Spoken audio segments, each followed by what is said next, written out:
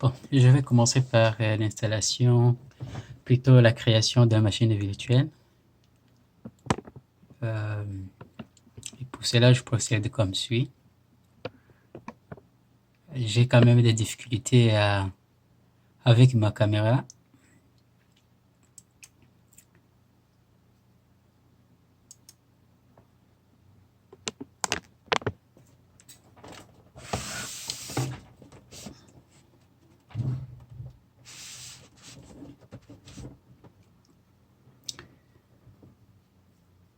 L'hyperviseur est déjà lancé le logiciel est déjà lancé.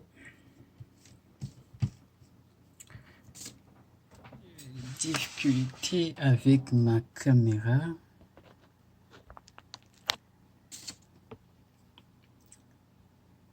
Suivant.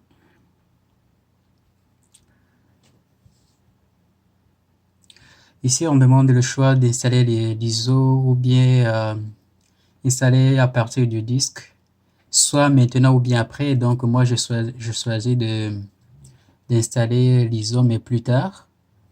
Et je fais suivant.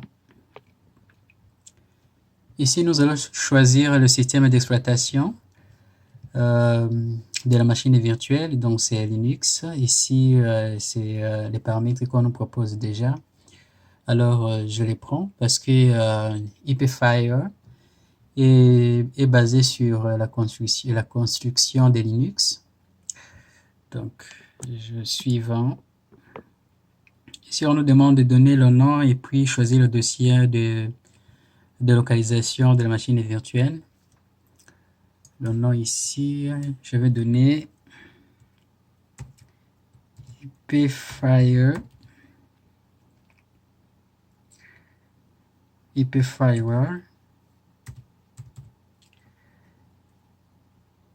version 2.15.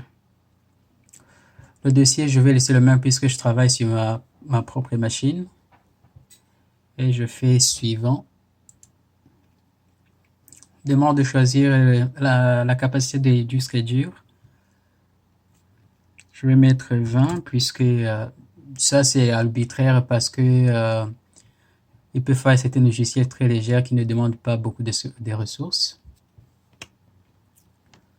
Je fais suivant.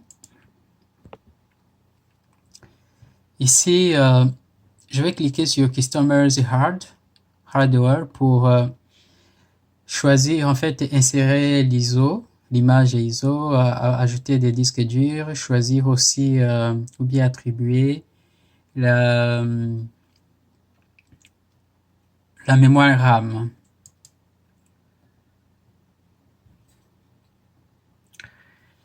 Ici, je vais lui donner la mémoire RAM à 1 GB. Je vais ajouter un adaptateur.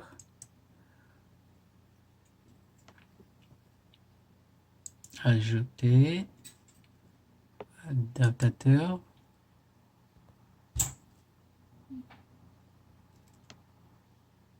Finish. La première, je vais la brider. Enfin, je peux choisir déjà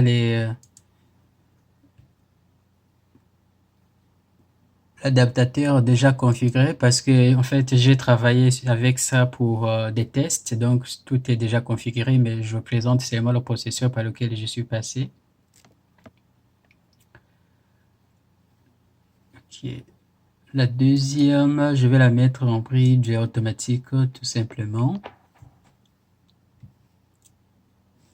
Et puis pour choisir l'ISO, je viens ici New DVD ID. Je viens ici, je coche Use ISO Image Fire. Je viens ici pour aller le choisir. Là, je l'ai hébergé. Je prends HyperFire version 2.15. Et puis ouvrir.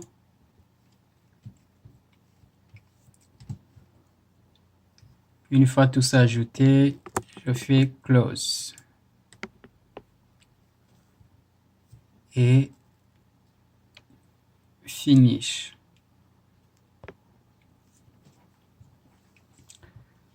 Je précise ici que normalement pour ajouter les adaptateurs, IPFI a besoin de des interfaces. Il y a l'interface pour Internet et interface pour le réseau local.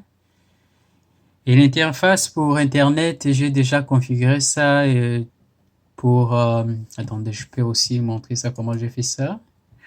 Si je suis à ce niveau, je viens ici, Setting. La machine de travail.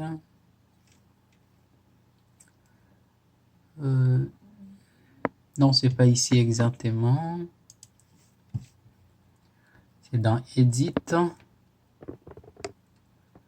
J'ai des difficultés avec ma caméra en tout cas.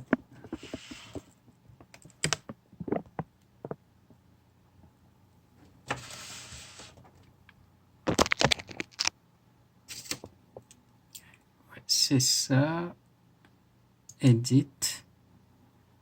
Virtual Network Editor.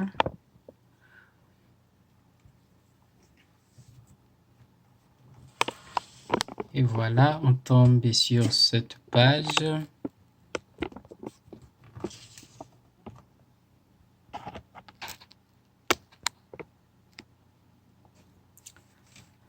Vous voyez qu'il y a, je viens ici dans Change Setting. J'accepte.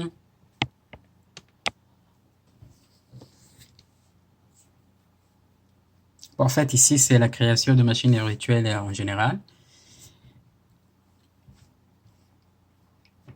Je viens ici, je le choisis. Vous voyez ici, le bridget, ici, il est relatif. Je ne l'ai pas laissé en automatique parce que j'ai eu vraiment des difficultés au début pour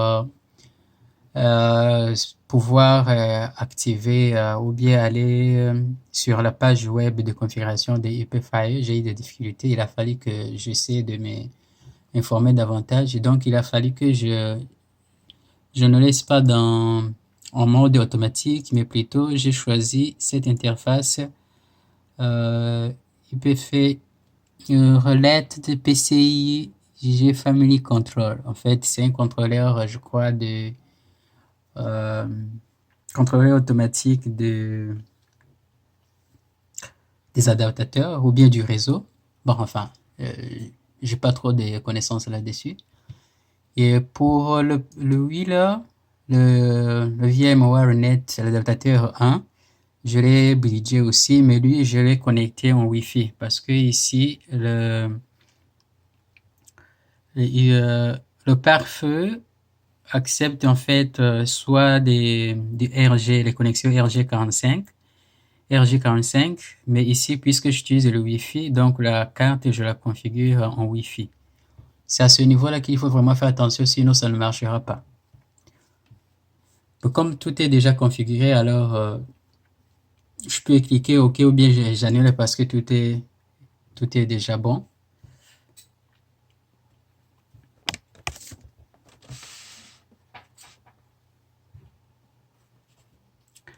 Maintenant, il faut démarrer la machine qu'on vient de créer pour la configurer.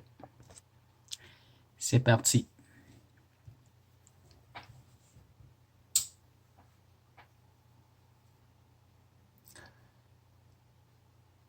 Qu'est-ce que j'ai fait? Est-ce que c'est 15 que j'ai pris ou c'est 20?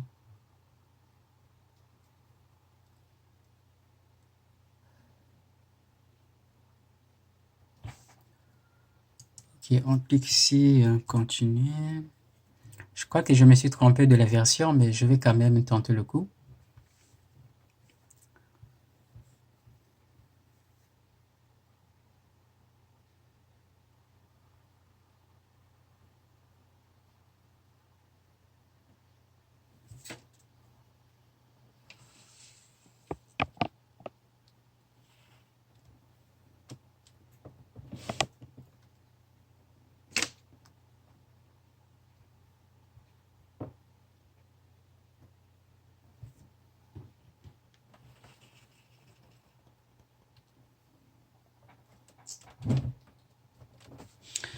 Ici, on procède au choix de la langue. Je mets français. Je continue. Ici, il faut accepter la licence, sinon ça ne marchera pas.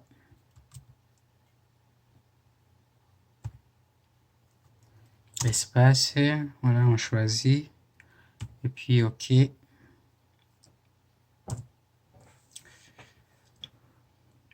Le programme d'installation va maintenant préparer le disque. OK, VMware Virtual, il sera d'abord parce que, OK, ça, ce sont tout simplement des informations. Moi, je choisis oui.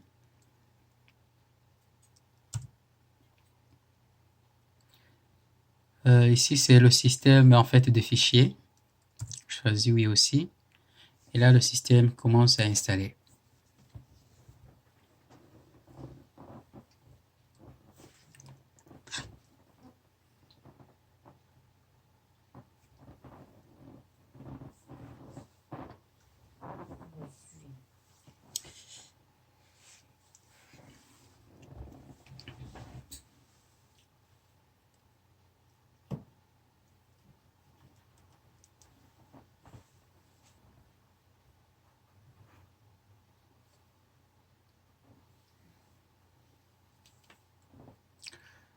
OK, continuer.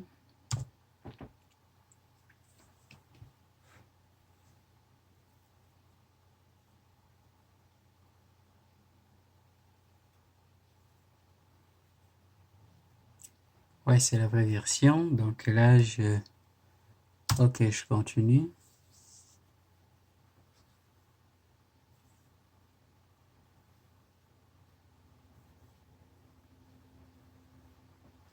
Ici, on nous demande de choisir le type de clavier. Moi, c'est US.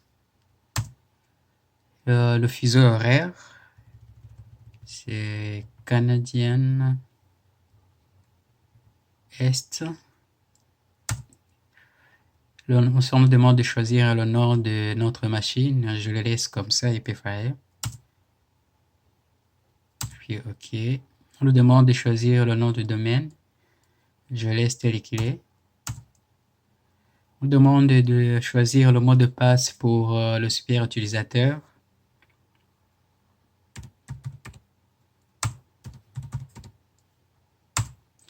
OK. On demande le mot de passe pour admin. Ça, c'est pour en fait aller à l'interface IPFire pour les configurations des règles.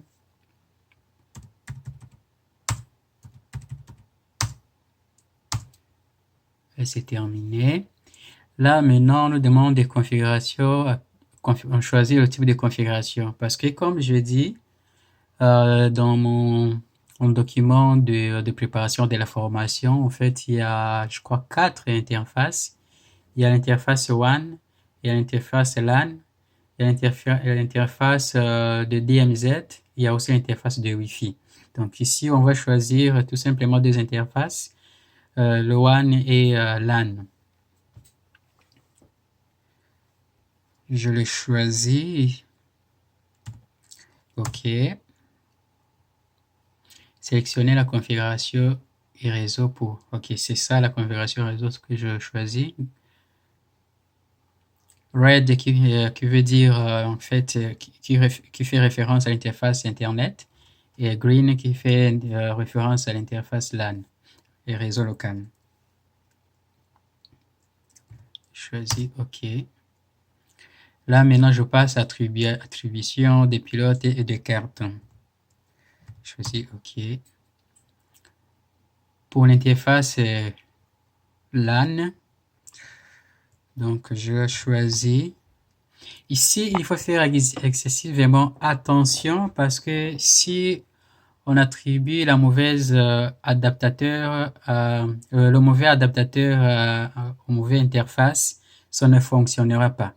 Donc, pour éviter ce genre de problème, on repart dans la configuration. Celle-ci, on passe celle-là. On va dans VMware. Ok, je fais ça pour retrouver ma souris.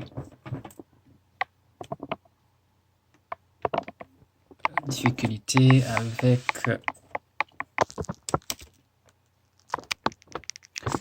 la caméra, téléphone. Donc on va dans VMware.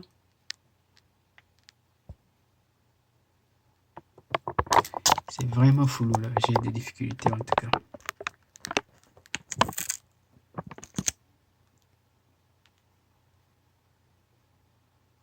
VMware. Je viens ici Setting.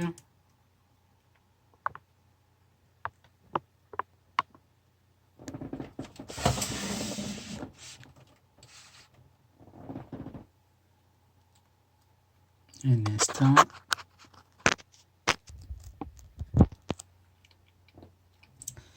Ici, en fait, les interfaces sont déjà attribuées. J'ai fait une petite erreur. J'ai continué le travail sans faire l'enregistrement. En fait, ce que je voudrais signaler ici, c'est pouvoir attribuer des cartes qui correspondent bien aux interfaces. Et ce que j'avais dit, c'était il fallait qu'on aille dans les configurations de VMware. Donc, je vais refaire quand même VM setting. Ok, on attend. Oui, ici, on vient par ici. Cette interface, je la connais, c'est l'interface pour le réseau local. Donc, pour bien savoir si on a attribué le bon interface au bon adaptateur, on vient ici, on clique dessus, avancer. On vient ici, on constate bien l'adresse MAC ici, qui correspond. Nous avons que si c'est terminé 4.2c. Alors, je dois vérifier si elle correspond bien de l'interface Green. Green, c'est ça. Et son adresse MAC 4.4.2c. Donc, ici, je peux revenir. Vous voyez bien que ici, l'adresse MAC de l'adaptateur, c'est de l'interface, c'est 4.4.2c. Et ici aussi, au niveau de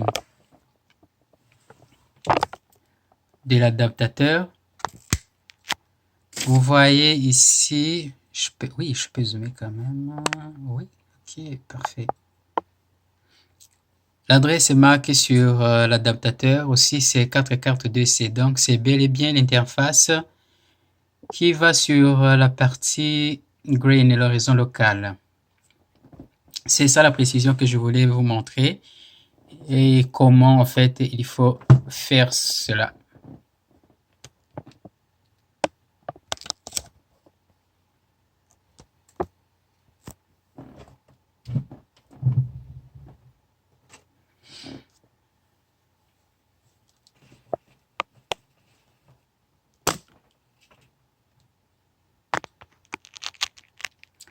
Difficulté avec ma caméra en tout cas.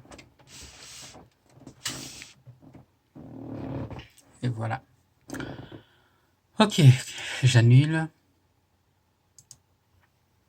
Annuler. Donc, je reviens dans mes paramètres de configuration. Continuer. Interface RAID aussi, c'est fait. Il n'y a aucune interface de libre sur votre système. Ok. Donc, tout est bon, ce qui veut dire je ne peux pas sélectionner. Donc, je vais faire sélectionner et terminer la configuration des interfaces. Je passe à configuration de paramètres réseau, d'adresse plutôt. Oui, je commence par l'interface du réseau local. Ok, ok. Oui, j'avais déjà la partie que je vous ai déjà configurée. On oublia de démarrer ma caméra.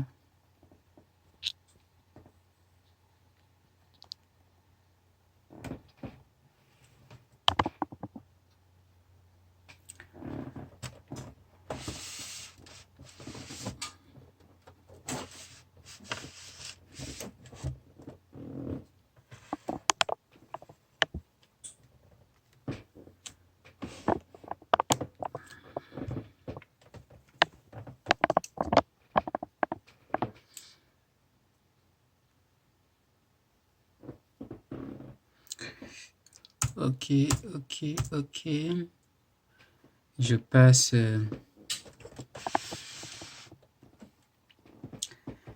au RAID. Oui, ok, je disais que je laisse ça sur la configuration statique. Lui, Internet, l'adresse est statique pour Internet, c'est dans la réseau 3, donc 192.168.3.10. Qu'est-ce que je fais?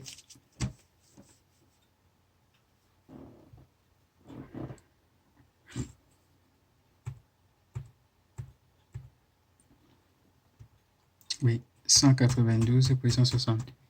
Qu'est-ce qu'il y a? Ok, je comprends. Et 192.168.3.10. Ok, ok, ok.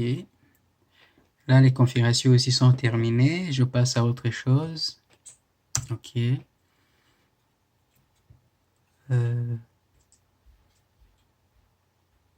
Ouais, c'était ça.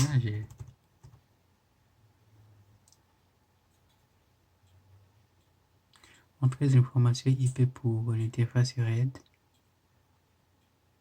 Qu'est-ce que j'ai fait? C'est pas.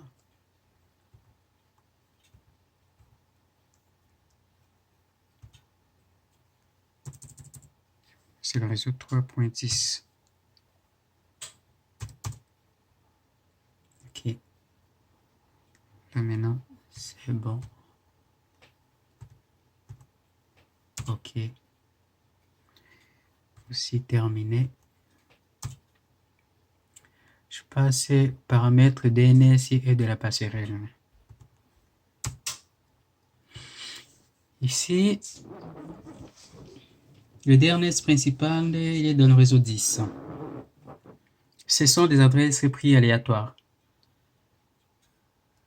Là, nous avons 192.168.10.10. Et le DNS la secondaire, je lui laisse comme ça. Je passe à la passerelle par défaut. Passerelle par défaut. Et aussi dans le réseau 10, 192.168.10.15.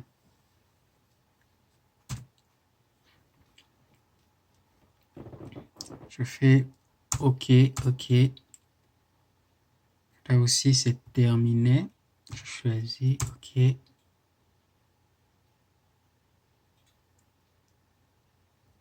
Oui, c'est OK, OK.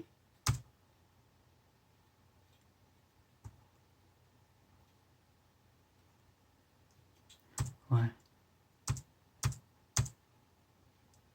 OK.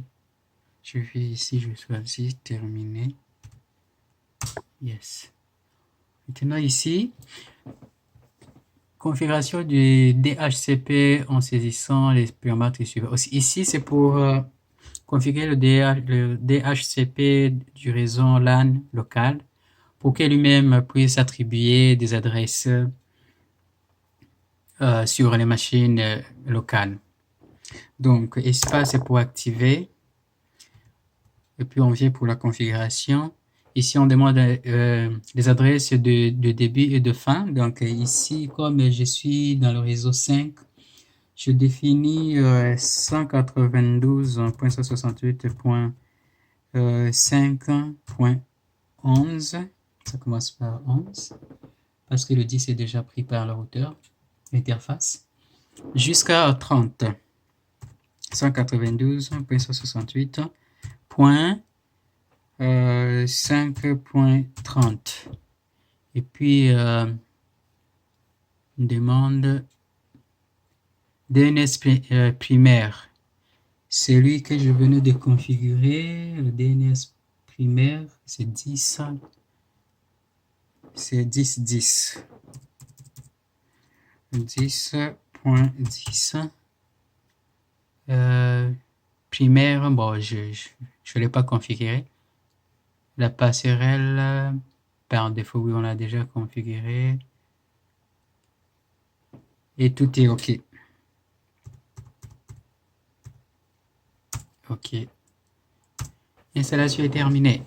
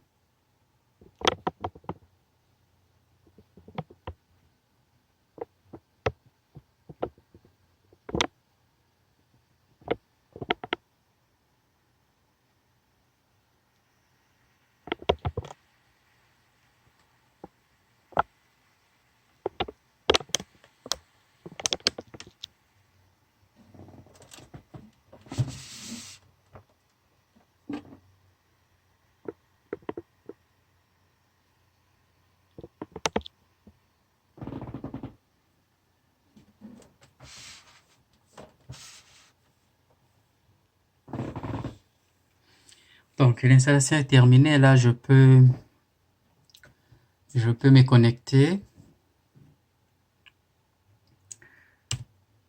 Route, mot de passe. Et là, je suis dedans. J'ai pu me connecter sur l'interface du firewall. Je peux pigner par exemple ping l'interface LAN 192.168.5.10. Très bien, ça fonctionne. Je peux pigner aussi par exemple Google pour voir si ça fonctionne. Google.com.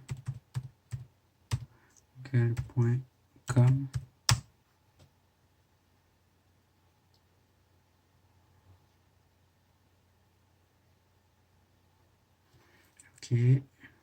Par exemple, pinger 88. Ping.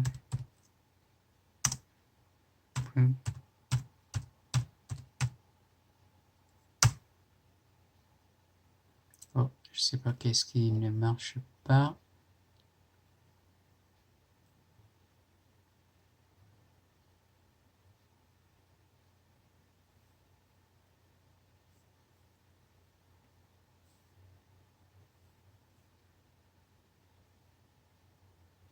Bon.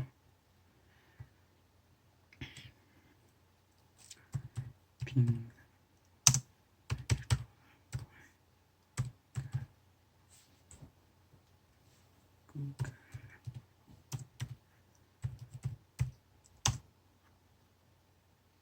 Non. Ok, je vais régler ça plus tard. Je vais maintenant ouvrir une machine qui a la même interface connectée à l'interface Bridge. Et je connecte un ordinateur pour une autre machine sur le réseau LAN pour voir si le service DHCP va fonctionner.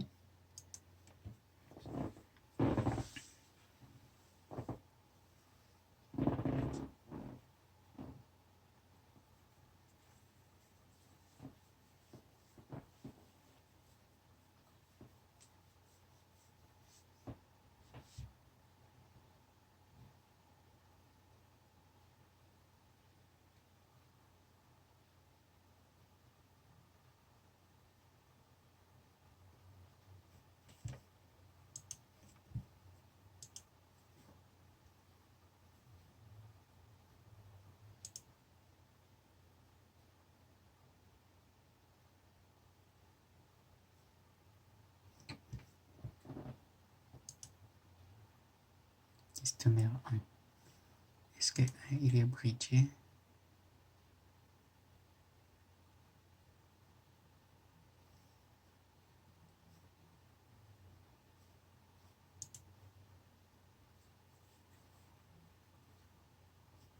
HTML 1. Ok, je vais fermer ça. Je passe ici. Je vais voir si ça n'a rien bridgé.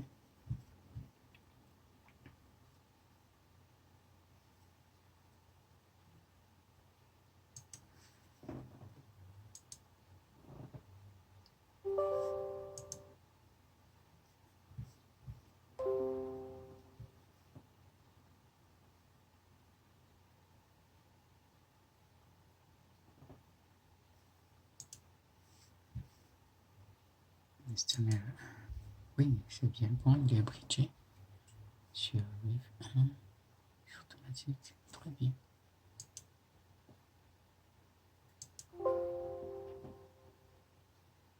Ok, c'est parfait. Setting.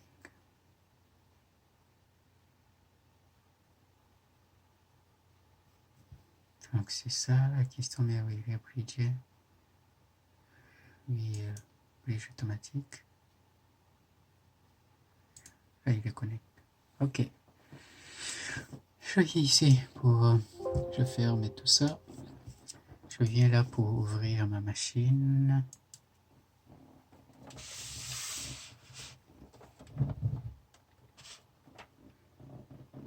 Ça c'est Ubuntu que j'ai ouvert, connecté à l'interface LAN.